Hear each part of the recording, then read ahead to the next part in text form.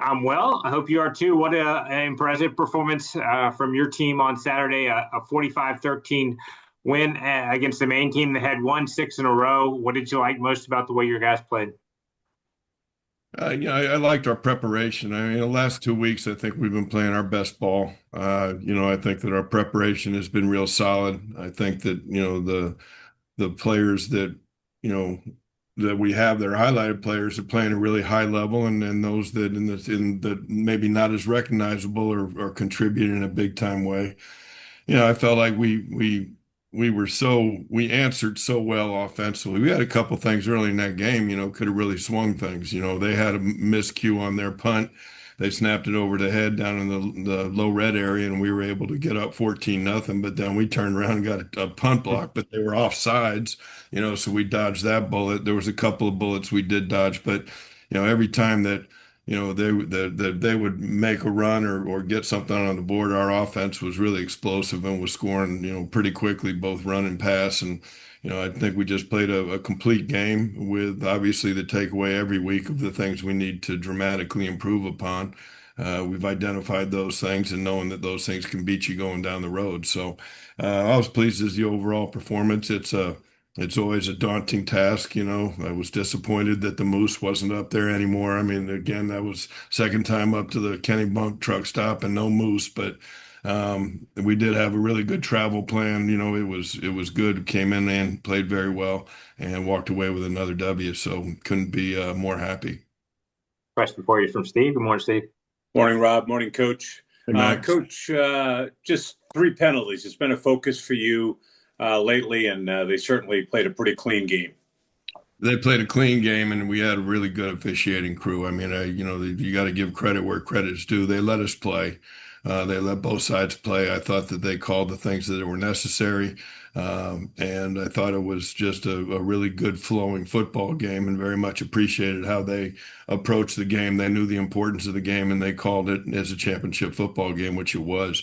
Uh, you know it's obviously something that, we want to continue to control. Those negatives really hurt you, when you get down to crunch time. But it's cleaned up over the last couple of weeks, knock on wood, and let's keep it that way because certainly don't want to go back to the early days, the early weeks of the season when we were having 13 and 14 penalties, and it was just a gnarly deal. But I'm pleased that we're identifying those things, and the things we've identified to improve upon, you see happen on the field on Saturdays over the last couple of weeks. Ironically, Coach, 45-13 win, but you lose by a few seconds in time of possession because your drives, the first one was 13 plays, but then 3, 2, 6, 5 in one play drives. Talk about the big plays downfield for you. Well, I'll tell you the sidebar story on that. I was looking at the iPad at one time, and I looked up, and Marquise was running into the end zone, so I completely missed the play. And it was, oh, the guy asked the guys, "How did we do it?"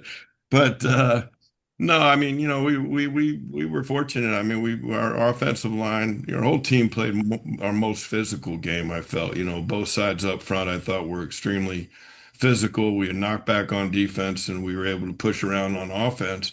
But, I think, we had some explosive run plays. I think Antoine popped a first down run for about 50 or so. And then BJ went in there and, did his little slice and dice and jumped up into the end zone.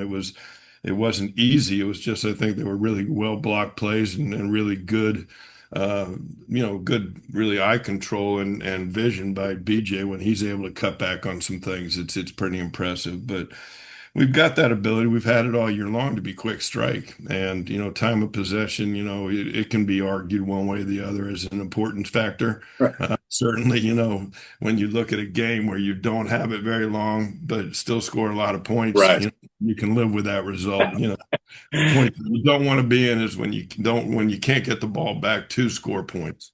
And those are the ones that'll hurt you. But we were fortunate. It was fairly balanced. It was only a couple seconds, right? Exactly, about half a minute, half a minute. Coach, one more thing, if I could, Rob. Oh, Dante Bishop, nice wrinkle to the goal line offense.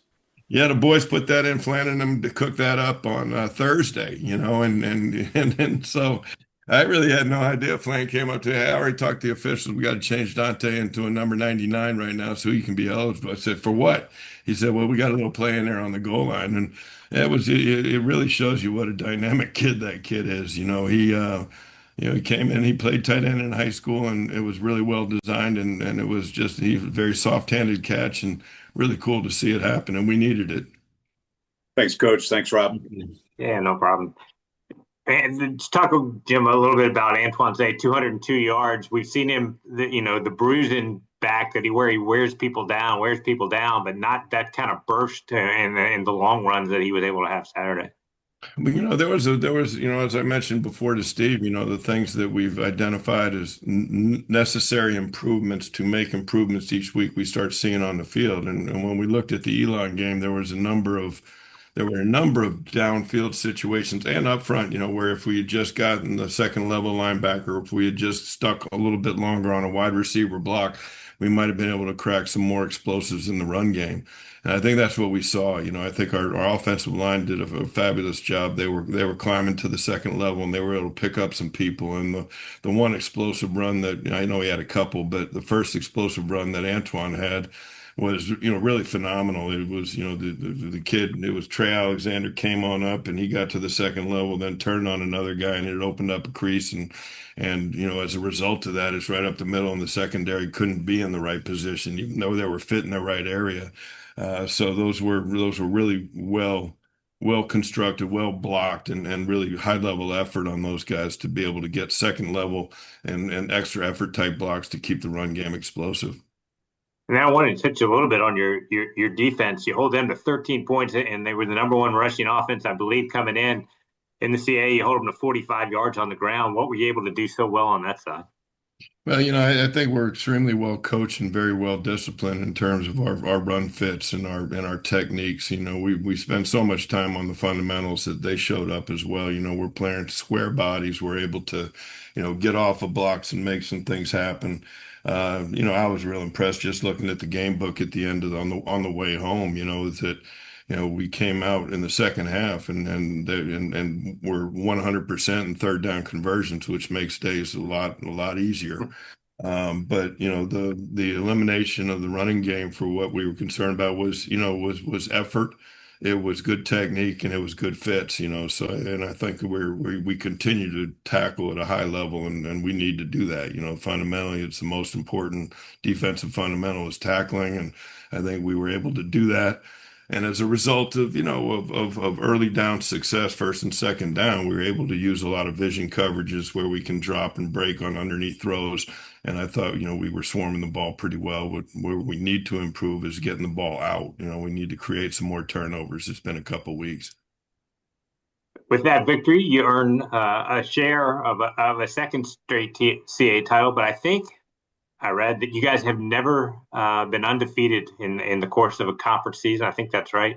How important is that, and how big would that be to make history at Rhode Island? I mean, it's critically important. I mean, I just heard Kevin talking about it. It is senior day for us too. Obviously, I think that we all have belief that we'll be able to play more games. But you're home. You've got an unblemished record in conference right now that's been a very hard struggle to attain. You want to finish it that way, and Hampton's going to have a lot to say about that. They're going to come on in here and they're playing their last game as well, and we have to be very well prepared for that. But to do something that hasn't been done before, it's nice to probably reflect upon down the road at some point in time. Right now, it's just that what's in front of us is Tuesday practice and an opportunity to beat another quality CAA opponent. And if we're able to do that, we finish and see what our fate is in terms of the people who want to critique our body of work as it goes forward into the playoffs to see if it's worthy or not of a bye in the first round, which I certainly would hope would be an expectation and something that our conference should be rewarded with. Just before I let you go, talk about some of the challenges that Hampton will present for you. Well, they got a bunch. I'm sitting there looking at all the things that they do. They've got a couple of quarterbacks that they work up in there that that are dynamic. One kid's a transfer in that can throw it and run it. Their running backs, I think, are their strengths. I think that they're good and can make people miss, and they have explosives in every game that I've seen. I think they're good athletic. They're third in the conference rushing. Uh, they've got a very productive field goal kicker, which is concerning because those are points on the board. And then defense is looking through their lineup. I think they're athletic, they're long, they're number one in pass defense. They've had some struggle stopping the run, but also look, you got some true freshmen out there. They've got some youth out there running around. So I think that, I've been in those shoes, and I know Coach Boykin will have those guys ready. I mean, what you do at that point in time is you prepare your team for the days where you will be playing a very meaningful game in November, and you got to finish the thing and take it into the off season. So, my conversation with our kids is, don't be, taking the rat poison and thinking you're all that. You got a team that's going to come here and want to put a whipping on you, and we're going to have to prepare like we always have. We're going to have to play a very quality football game if we want to be able to achieve the goal of being undefeated in the conference, which is very important to them and us, and and then carry it on into the playoffs. All right, Jim. Thanks as always for your time this morning.